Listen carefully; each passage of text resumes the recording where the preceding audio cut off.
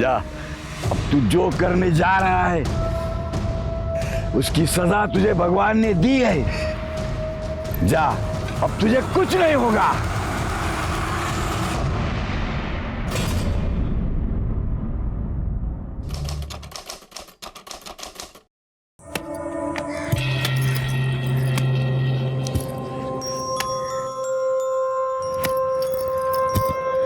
वाह,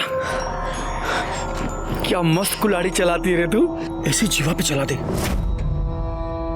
फिर देख तेरे मेरे लगन को कोई रोक नहीं सकता है। मैं किसी के लिए भी कबीले की प्रथा नहीं तोड़ूंगी। ठीक है मत तोड़, लेकिन कल मैं भी जा रहा हूँ और इस बार जीवा से दुगनी लूट लाऊंगा। तू तो बस लगन की तैयारी करके रख। छोड़ गाय को, चल निकल इधर से। वारे नरिया, तू तो बड़ा हो गया रे। मेरा होने वाला साला है, इसलिए तेरे को छोड़ रहा हूं मैं। हाँ, चल जा। ताई, मैं तेरे को बोल रहा हूँ, तू भाग जा इधर से, वरना ये जीवा और भीमा तेरे को जीने नहीं देंगे। नारिया, मैं चाहेगी भी ना तो भी मैं यहाँ से नहीं भाग सकती। क्यों नहीं भाग सकती? तू डरती है क्या? और तेरे साथ मैं भी तो आऊंगा तुझे इन लोगों से बचाने के लिए।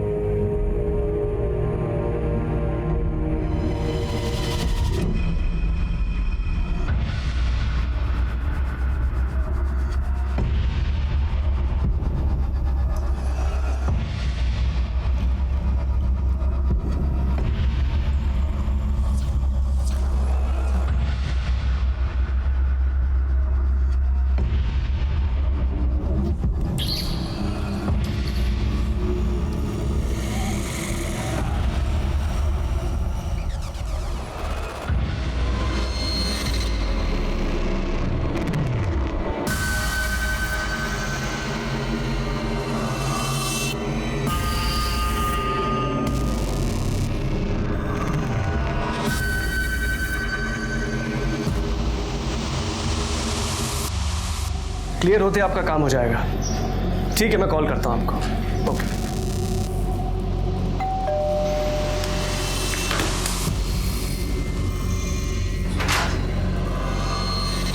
जी साहब, प्रफुल्ल वैद्य के नाम का पार्सल है।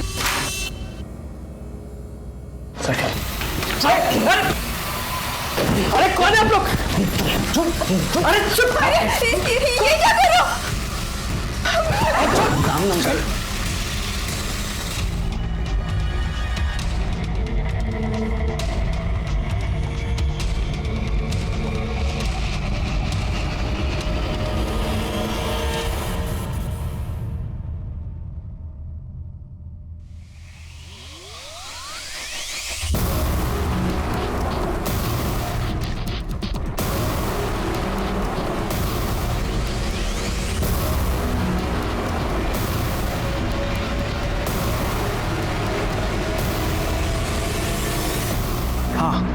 काम हो गया है। बताओ किधर आना है।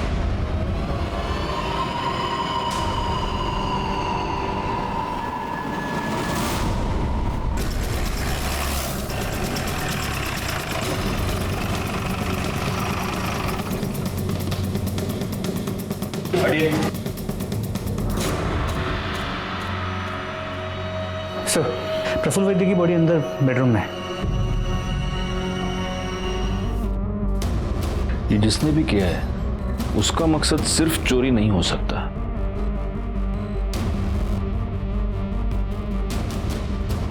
सर, ये विक्टिम की वाइफ है, मंजरी वैद्य, सदमे में। एक बात मेरे समझ में नहीं आ रही गायकवाड़, अगर मर्डरर ने प्रफुल्ल वैद्य का मर्डर कर दिया तो इन्हें क्यों छोड़ा? पाटिल मैडम, जरा उनसे बात करके देखो, आपको कुछ बता दिएगी। Okay sir.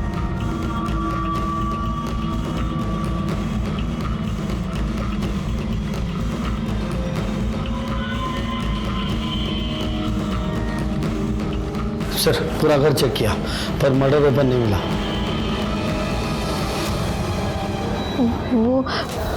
वो 4 लोग थे, उनमें से एक जबरदस्ती दूसरे कमरे में लेके गया और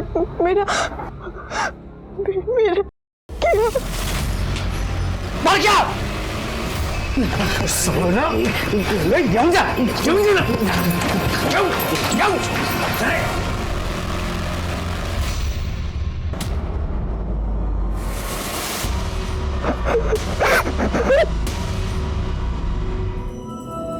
पाटिल मैडम, इनको तुरंत मेडिकल चेकअप के लिए हॉस्पिटल ले जाओ। Okay sir.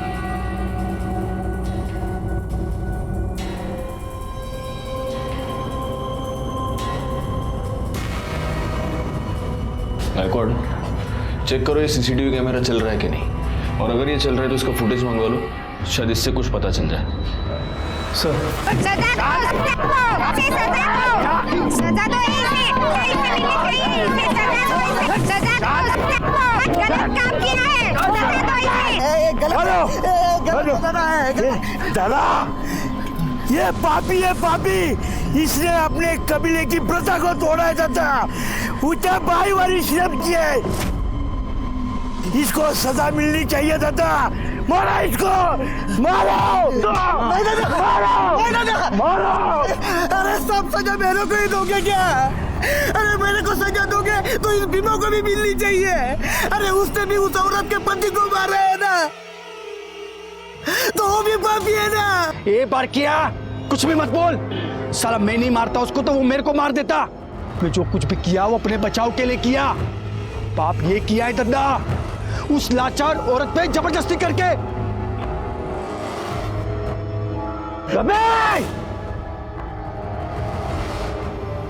तूने जबरदस्ती करके पाप किया है, इसका थोबड़ा बिगाड़ दिया जाए। अक्का! गलत है दादा। फांसी से तो डाला क्यों पाला फांस? मंजरी, मैं समझ सकता हूं कि आप काफी सदमे में हैं, लेकिन फिर भी कुछ सवाल हमें आपसे पूछने ही होंगे, इफ यू आर रेडी। आपके पति प्रफुल्ल एग्जैक्टली क्या काम करते थे? वो मनी लेंडर का काम करता था, इंटरेस्ट पे पैसा देता था। ये उस सामान की लिस्ट है जो आपके घर से चोरी हुआ था।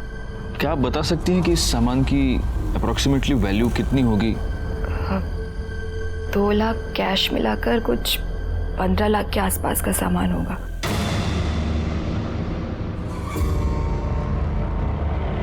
दादा, भीमा ने इस बार 25 लाख की लूट की है। 25 लाख 25 लाख। अरे ये तो सबसे बड़ा हाथ है किसी की हिम्मत है कोई भीमा से सबसे बड़ा हाथ मारने की? है कोई अपने कबीले में जो सबसे बड़ा हाथ मारेगा? वो कामदा से शादी करेगा? है कोई अपने कबीले में? है क्या? शाबाश शाबाश भीमा, शाबाश। दादा, कामदानी जीवा कुठे गेले? दोनों दिख नहीं रहे। हाँ कुठे गेले दोनों? कामदा, जीवा, जाओ जाओ जाओ, उन दोनों को ढूंढ के लेके आओ। चलो बे, चलो चलो साथ में चलो। आपको किसी पर शक कोई है जो आपके साथ ये सब कर सकता है या करवा सकता है? सर, प्रफुल्ल ने काफ़ी लोगों को पैसा दिया था, पर उनमें से 3 क्रेडिटर्स ऐसे थे जो पैसे वापस करना तो दूर की बात, वो इंटरेस्ट भी नहीं दे रहे थे। कौन है ये 3 लोग? दिवाकर और मंदा राउत, जिन्होंने घर खरीदने के लिए पैसे लिया था। दूसरा कमलेश अग्रवाल, जिसने बिजनेस के लिए पैसे लिया था। और तीसरी वो कमीनी पूनम चोपड़ा, जिसके साथ प्रफुल्ल का अफेयर चल रहा था। आपको कैसे पता कि आपके पति का उसके साथ अफेयर चल रहा था? क्योंकि वो दोनों रात रात भर फोन पर लगे रहते थे। इतनी रात को किससे बात कर रहे हो? जब भी पूछती थी हमेशा उल्टे सीधे जवाब देता था या टाल जाता था। फिर तो उसने घर लेट आना शुरू कर दिया।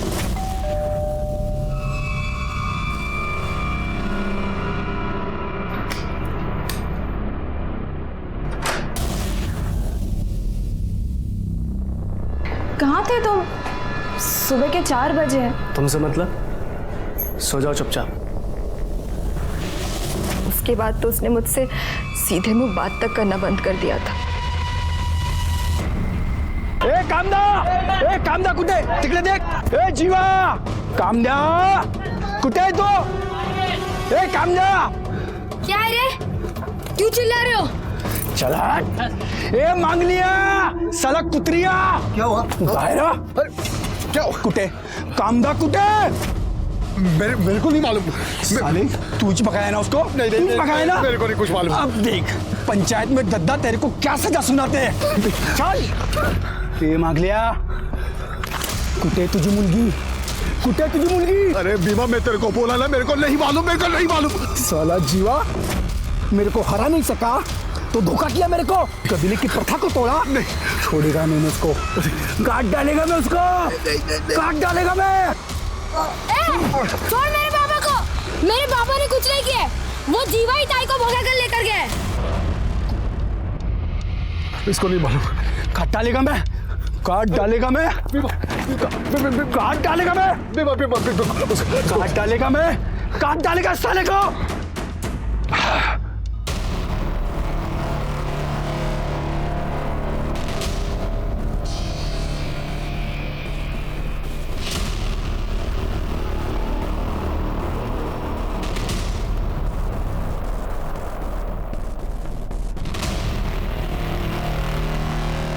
दूसरा वीडियो लगा।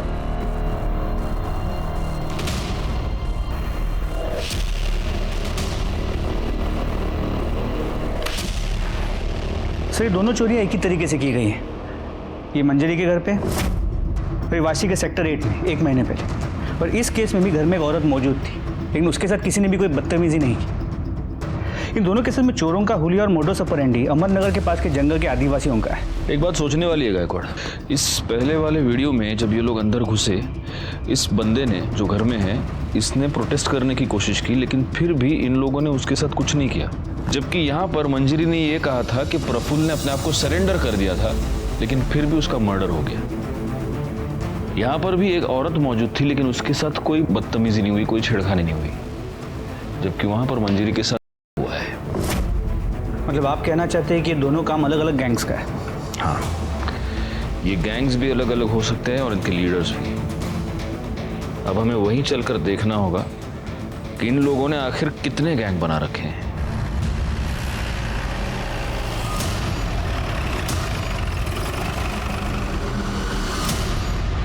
राजेश यादव, गायकवाड़, करडे। हमारे यहाँ पर नवी मुंबई और ठाणे में 2 रॉबरीज हुए हैं और सीसीटीवी फुटेज से उन रॉबर्स की पहचान हुई है। आपके यहाँ पे जो आदिवासी इलाका है वहाँ के लड़के हैं, तो वहाँ चलना होगा। तो जाइए ना, रोका किसने? जाइए, पूछताछ कीजिए। जाइए मतलब आपको हमारे साथ चलना होगा ना, आपका ज्यूरिसडिक्शन है। दादा तो परत जा, नहीं होणार है। क्यों? आप क्यों नहीं चलेंगे साथ? दादा ये आपका मुंबई नहीं है, आदिवासी एरिया है। ये लोग बात नहीं करते, सीधा हमला कर देते। पुलिस वाले होकर इतना डरते हो? हम लोग है ना साथ में, कुछ नहीं होगा, चलो। आप तो चले जाओगे मुंबई, झेलना तो हमें पड़ेगा ना। वर्दी पहनकर ऐसी बातें करते हो, शर्म नहीं आती?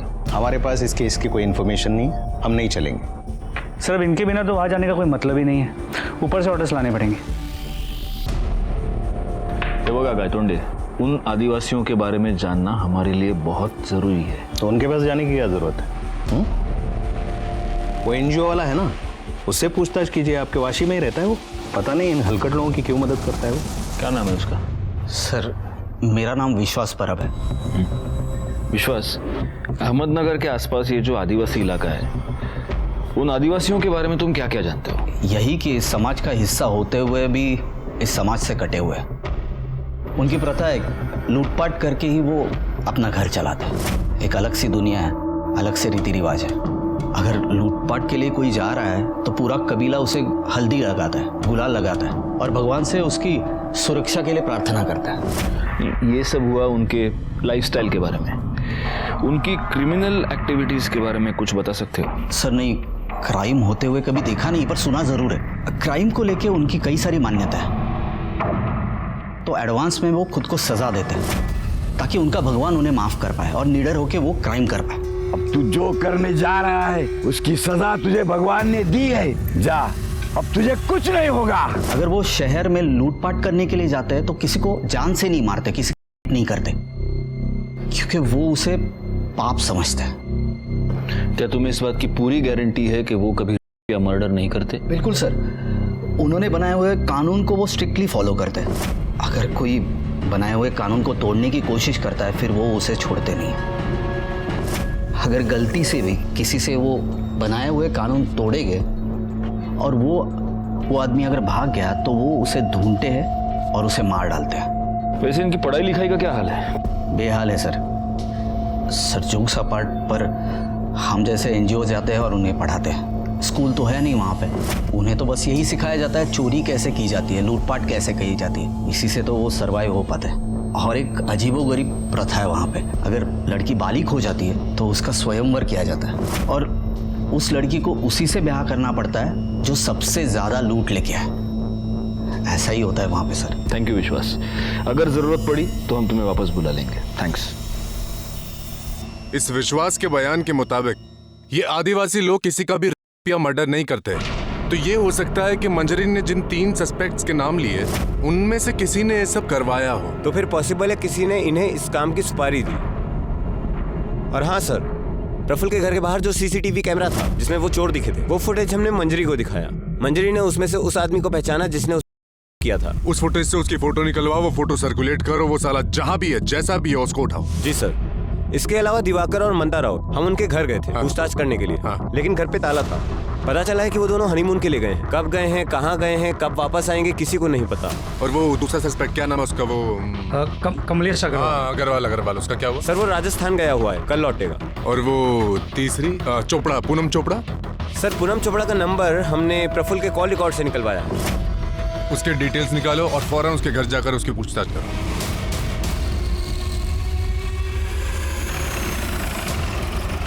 सर मंजरी झूठ बोल रही है। उसे अच्छी तरह पता है कि प्रफुल्ल मेरे भाई जैसा है। और सर अफेयर प्रफुल्ल का नहीं मंजरी का चल रहा है। मंजरी का अफेयर किसके साथ? सर ये तो नहीं पता, पर मैंने सुना है कि मंजरी का किसी के साथ अफेयर चल रहा है। मतलब आप अफवाहों की बात कर रही हैं, लेकिन हमें मंजरी ने कंफर्म बताया है कि तुमने प्रफुल्ल से लोन लिया था। अरे मैंने प्रफुल्ल से 1 रुपए तक नहीं लिए, तो लोन तो दूर की बात है।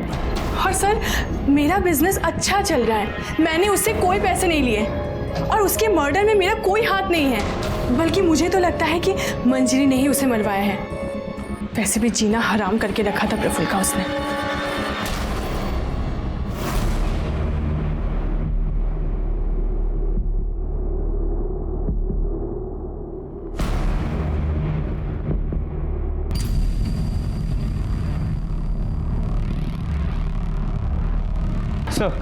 सर चांसेस है कि पूनम सच कह रही है, क्योंकि जब हमने प्रफुल्ल के पड़ोसियों से पूछताछ की तो उन्होंने इस बात को कंफर्म किया कि प्रफुल्ल और उसकी बीवी के बीच किसी आदमी को लेकर अक्सर झगड़े होते थे। तो हो सकता है कि मंजरी ने और उसके बॉयफ्रेंड ने मिलकर प्रफुल्ल की सुपारी दी, क्योंकि इन आदिवासियों में तो मर्डर करना पाप है, फिर भी उन लड़कों ने प्रफुल्ल का मर्डर कर दिया। एक काम करो गायकवाड़, मंजरी के कॉल रिकॉर्ड्स निकलवाओ और उन तीनों सस्पेक्ट्स के भी कॉल रिकॉर्ड्स निकलवाओ जिनका नाम मंजरी ने लिया है। क्योंकि ऐसा है कि सिर्फ पूनम के कहने पर हम ये नहीं मान सकते कि उसका प्रफुल्ल के साथ कोई अफेयर नहीं था या उसने प्रफुल्ल से कोई पैसे नहीं लिए थे। सर सेक्टर 8 के पीछे नदी के पास एक लाश मिली है।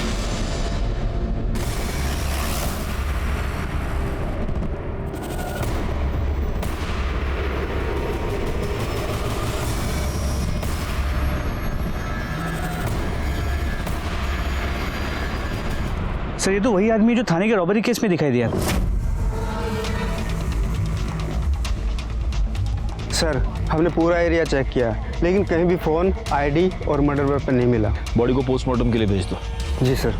गायकवाड़, इसकी पहचान तो हो चुकी है लेकिन इसका नाम हमें पता नहीं है। अब इसके डिटेल्स जानने के लिए हमें उस आदिवासी कबीले में ही जाना पड़ेगा। लेकिन सर बिना लोकल पुलिस की मदद के हम वहाँ कैसे जा सकते हैं? एसपी साहब का लेटर है गायतोंडे, आपको हमारे साथ फुल कोऑपरेशन करना होगा और अगर आपने ऐसा नहीं किया तो सस्पेंड होकर आपको घर पे बैठना होगा।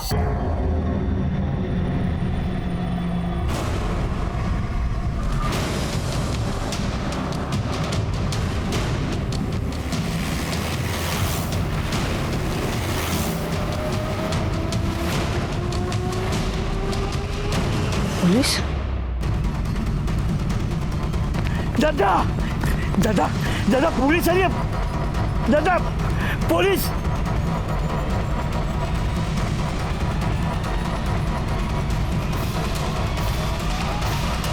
रुक जाओ साहब,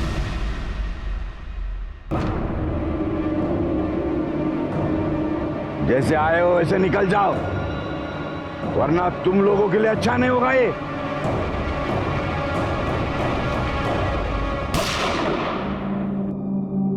मेरा निशाना चूका नहीं है। अब एक कदम आ गया तो घुटने पे गोली मारूंगा और उसके बाद सीधा छाती पे गोली मारूंगा, समझे? हम मुंबई से आए हैं, यहां की पुलिस नहीं है। करेंगे कुछ नहीं, सिर्फ तुम्हारे कबीले के हर घर की तलाशी लेंगे, और इसमें अगर किसी ने होशियारी की तो सीधा उठा के गाड़ी में डाल दूंगा। करेगा? तुम लोगों के पास ये इतना सारा सोना कहां से आया? हाँ? जंगल की लकड़ी काट के इतना सोना मिलता है क्या? हाँ साहब, ये सब हमें जंगल से ही मिलता है। ये जंगल ही हमारा भगवान है। गायकवाड़, कमाल लगा। Sir, ready.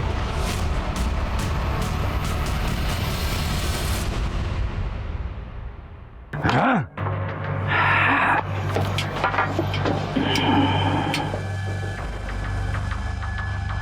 ये इसके चेहरे को क्या हुआ? ओ, लापरवाही की वजह से उसको सजा मिली है। गरम तेल उसने अपने टोपड़े पे डाल लिया है। सर, बहुत सामान मिला है।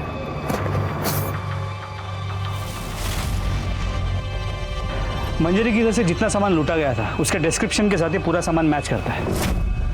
सिर्फ एक फर्क है, मंजरी ने कहा था कि 2 लाख रुपए कैश चोरी हुए थे, इसमें 12 लाख। ये ऊपर का 10 लाख रुपया कहां से आया? हाँ? हमको क्यों पूछ रहे हो? जिसका है उसको पूछो। गायकवाड़, फोटो रखो है ना। इसने की ना चोरी? साहब, ये तो भीमा है, ये इधर नहीं है। ये मेरी ताई और जीवा को ढूंढने गए। जीवा ने मेरी ताई को जबरदस्ती उठा लिया है। मेरी ताई को बचा लो ना। ये बच्चा क्या बोल रहा है? हाँ? वो हमारे कबीले की प्रथा है, जो बड़ा हाथ मारता है ना, उसके साथ वो लड़की की शादी कर देते हैं हम। वो जीवा ने प्रथा तोड़ दी, वो लड़की को लेके भाग गया, इसलिए उसके पीछे भीमा गया है वो। हाँ, दूसरी फोटो दिखाओ। यही है जीवा? साहब, जीवा और भीमा मेरी ताई को बहुत परेशान करते थे। वो उन दोनों से तंग आ गई थी। मैंने उसे बहुत बार बोला कि भाग जा, पर वो नहीं गई। अगर ऐसा है तो तुम्हारे भीमा ने अपना शिकार कर लिया है। जीवा की लाश मिली है हमें। दादा, भीमा ने अपना बदला ले लिया है। हाँ, भीमा भीमा भीमा भीमा भीमा भीमा भीमा भीमा भीमा भीमा भीमा।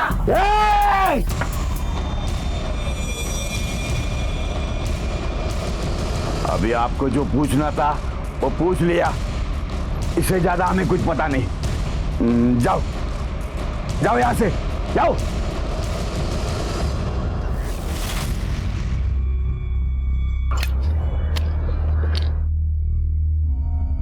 बहुत बात आ रहा है रे। अरे कुत्ता मरा होगा कोई, चल ना देखते हैं।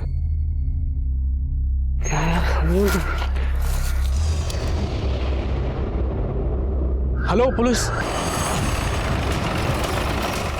सर, बॉडी इस तरफ।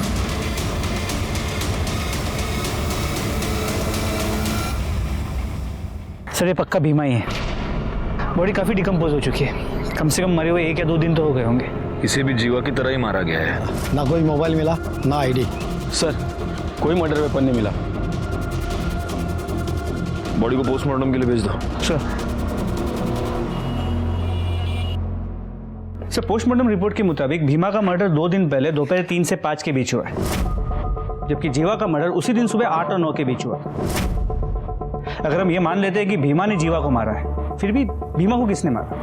किसने मारा ये तो पता नहीं, लेकिन इन दोनों का मर्डर एक ही बंदे ने किया है, ये तो तय है।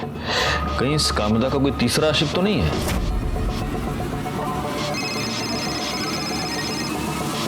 सर, कांस्टेबल वाघ। स्पीकर। बोला वाघ। नमस्ते सर, गणेश नगर से बोल रहा हूँ। आपने मंजरी वद्दी केस में इसका जो हुलिया बताया था वैसा एक लड़का इधर रहने को आया है। हाँ सर, कल ही वो रूम उसने भाड़े से लिया है। सर उसका चेहरा पहचानने में नहीं आ रहा, शायद जल गया है इसलिए। वाघ उठा लो उसको। साहब आपने दुष्कर्म किया साहब, लेकिन इसके लिए उसको दूसरे कमरे में नहीं लेके गए साहब। मैंने उसको दूसरे कमरे में ढकला तो उसका सिर दीवार पे टकरा गया और बेहोश हो गई, और मैं अपने आप को रोक नहीं पाया और उसकी बेहोशी का फायदा उठाया साहब। अगर तूने उसका किया तो मेडिकल रिपोर्ट में आया कैसे नहीं? कैसे आता साहब? मैं कुछ करने से पहले ही मर गया।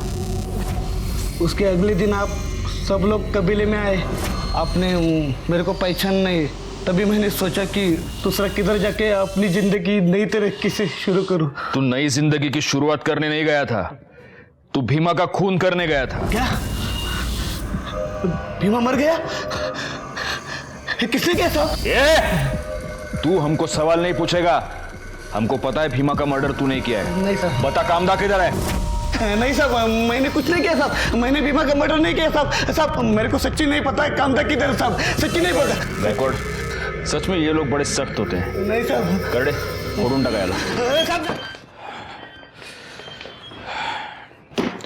मंजरी सच बोल रही है, इस बारके ने सच में उस अटेम्प्ट किया था। इसका मतलब मंजरी ने या उसके बॉयफ्रेंड ने प्रफुल्ल की सुपारी इन लोगों को नहीं दी थी। सर, करण गोवा की मैंने बैंक डिटेल चेक की है, उसमें एक इंपॉर्टेंट बात सामने आई है।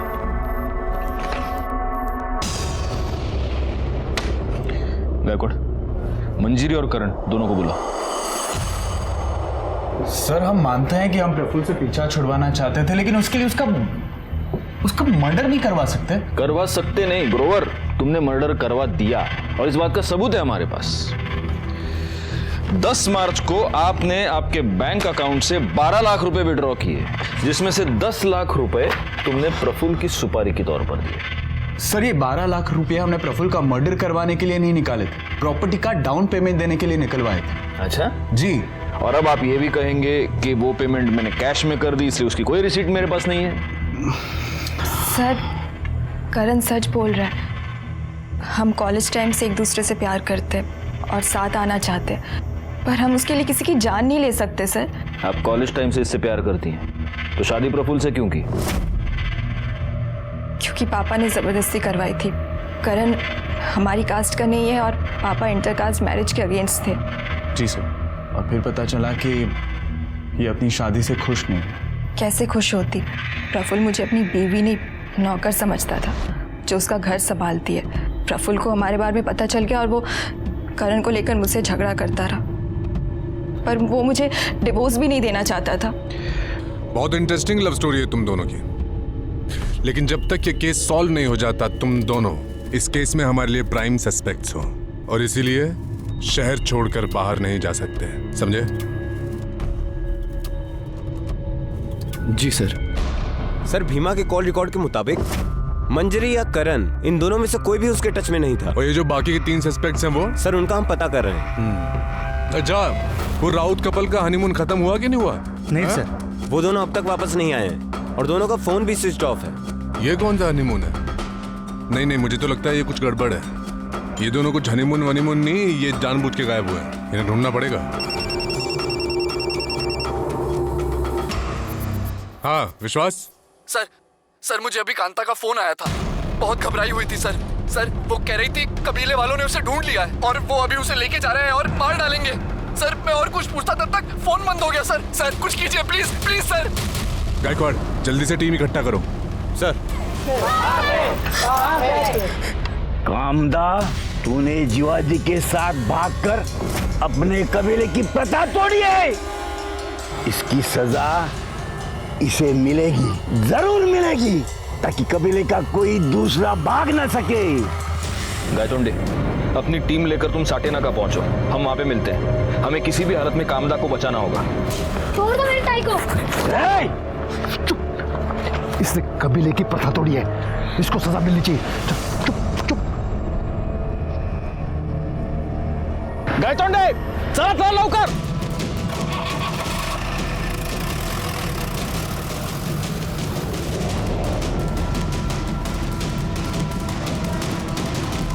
इसका चेहरा ही नहीं पूरा शरीर बिगाड़ दिया जाएगा, ताकि अपने कबीले का कोई भी लड़का इसी सुंदरता की चक्कर में ना पड़े। अक्का!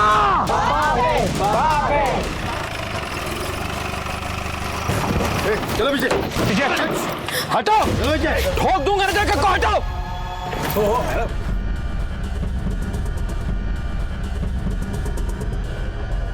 पाटिल भाई सोडवा दिला लवकर, बिठा उसको गाड़ी में।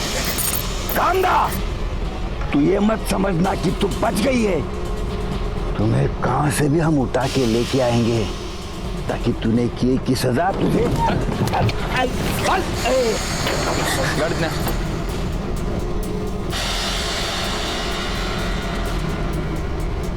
चला चला चल।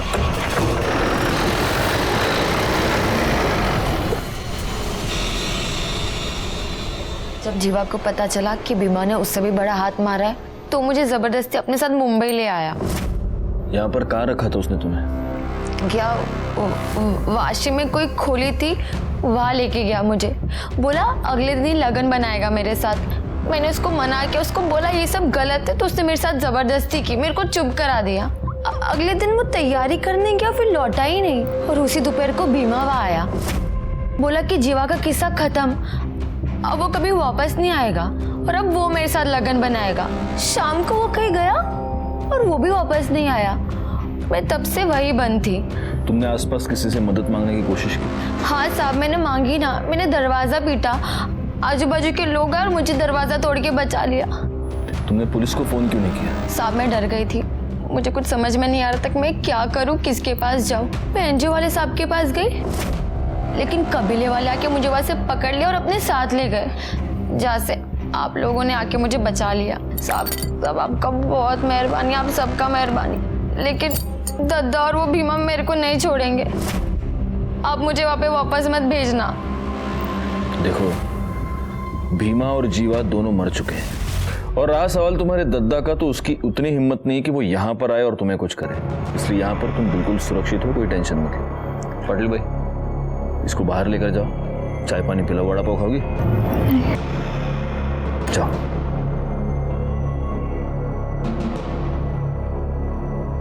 सर, राउत फैमिली के बारे में एक इम्पोर्टेंट बात पता चली। इन लोगों ने भी रॉबरी के एक दिन पहले अकाउंट से 10 लाख रुपए निकाले थे सर, लेकिन उन दोनों के फ़ोन अभी भी ऑफ है। तो हो सकता है कि प्रफुल्ल के मर्डर के साथ इनका भी कोई संबंध हो, और इसीलिए अपना फ़ोन स्विच ऑफ करके अपने ही घर में छुप कर बैठे हो। बैकवर्ड एक काम करो, इनके एड्रेस पर जाओ और कंफर्म करो ये दोनों वहाँ पर है या नहीं। सर,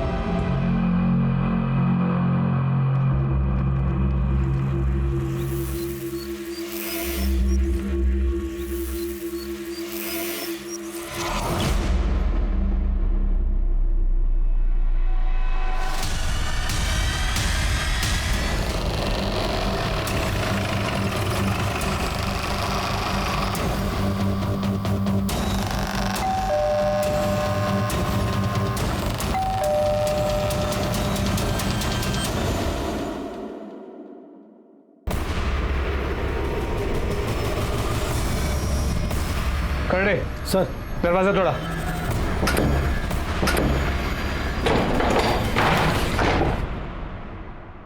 खड़े सर, ऊपर चेक करो। पवार, पूरा घर चेक करो, देखो कोई है क्या।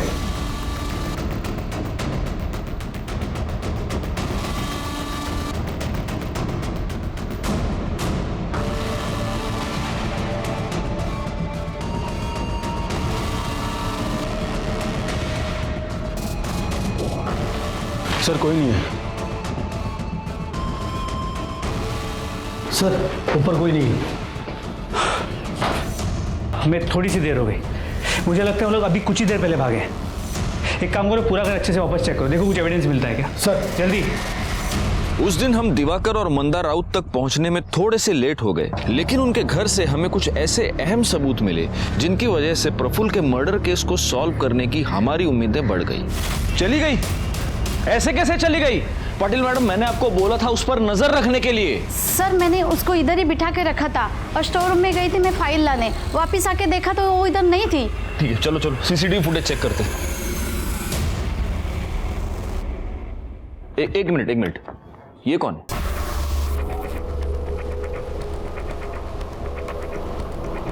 इसके पीछे वो गई है। पाटिल मैडम, उसके फोन पर फोन कीजिए जल्दी। Okay sir. बार बार देखिए देखिए देखिए इमीडिएटली। तुम तब तक बाहर के कैमरे का फुटेज प्ले करो।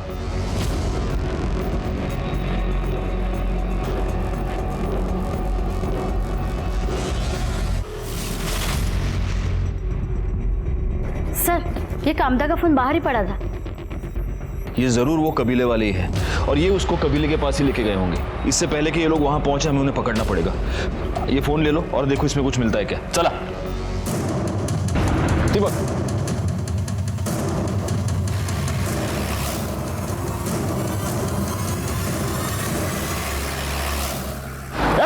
रुक!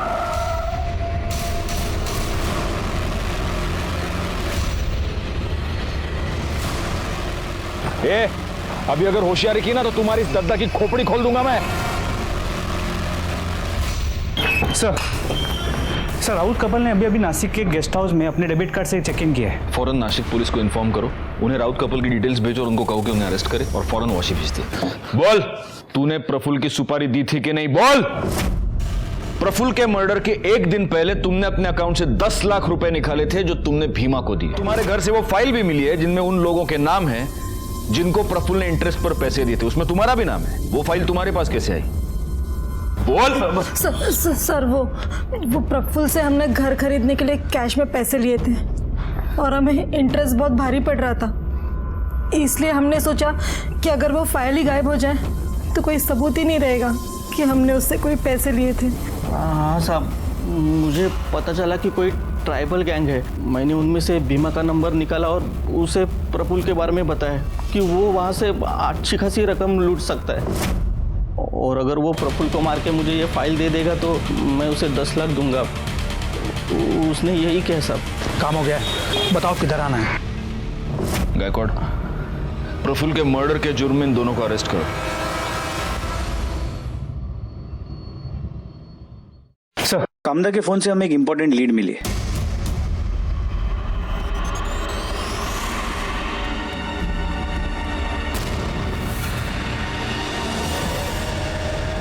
सर, मैं कामदा और मैं एक दूसरे से बहुत प्यार करते हैं सर। कबीले में जब मैं पढ़ाने जाता था तब हमें एक दूसरे से प्यार हो गया। तुम दोनों साथ रहना चाहते थे लेकिन उसके लिए तुम्हें कामदा को उस कबीले से निकालना पड़ता, जो तुम्हारे लिए तो पॉसिबल नहीं था। तो तुमने जीवा और भीमा को यूज किया और उन दोनों को मार दिया।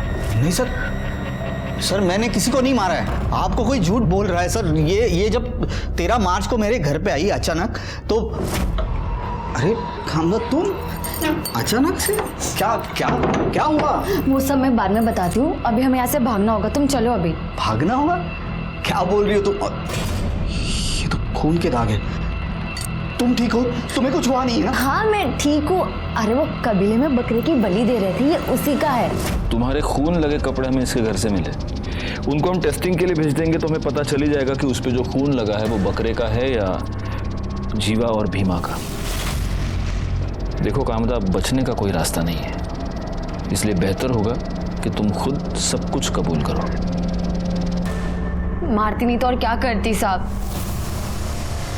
मैं विश्वास के साथ लगन बनाना चाहती थी पर दद्दा, पूरे कबीले वाले, जीवा, भीमा सब मेरे पीछे पड़े हुए थे, जैसे मैं कोई इंसान नहीं, कोई इनाम हूँ जिसका कोई सपना नहीं, कोई दिल नहीं। मैं ये जानती थी कि मैं कबीले से कभी अकेले नहीं निकल पाऊंगी, इसलिए जब भीमा लूट के लिए गया मैं जीवा से बोली, जीवा मैं तुझसे बहुत प्यार करती हूँ और लगन भी करना चाहती हूँ। तू अगर मेरे साथ भागने के लिए तैयार है तो मैं ये प्रथा व्रता सब छोड़ दूंगी। फिर हम लोग दोनों भाग के नवी मुंबई आ गए। मुझे विश्वास के पास जाना था। हम ना एक काम करते हैं, एनजीओ वाले साहब की मदद ले लेते हैं, वो हमारा लग्न करवा देंगे। मैं उनसे बात कर लेती हूँ, हम कल जाके उनसे मिल लेंगे। ठीक है।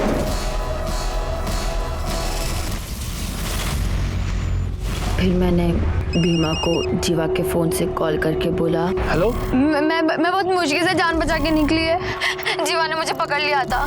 फिर मैं भीमा को किसी सुनसान जगह पर बुलाई ताकि कोई हम दोनों को देख ना सके। कामदा, जीवा और भीमा के मर्डर के जुर्म में मैं तुम्हें अरेस्ट करता हूँ।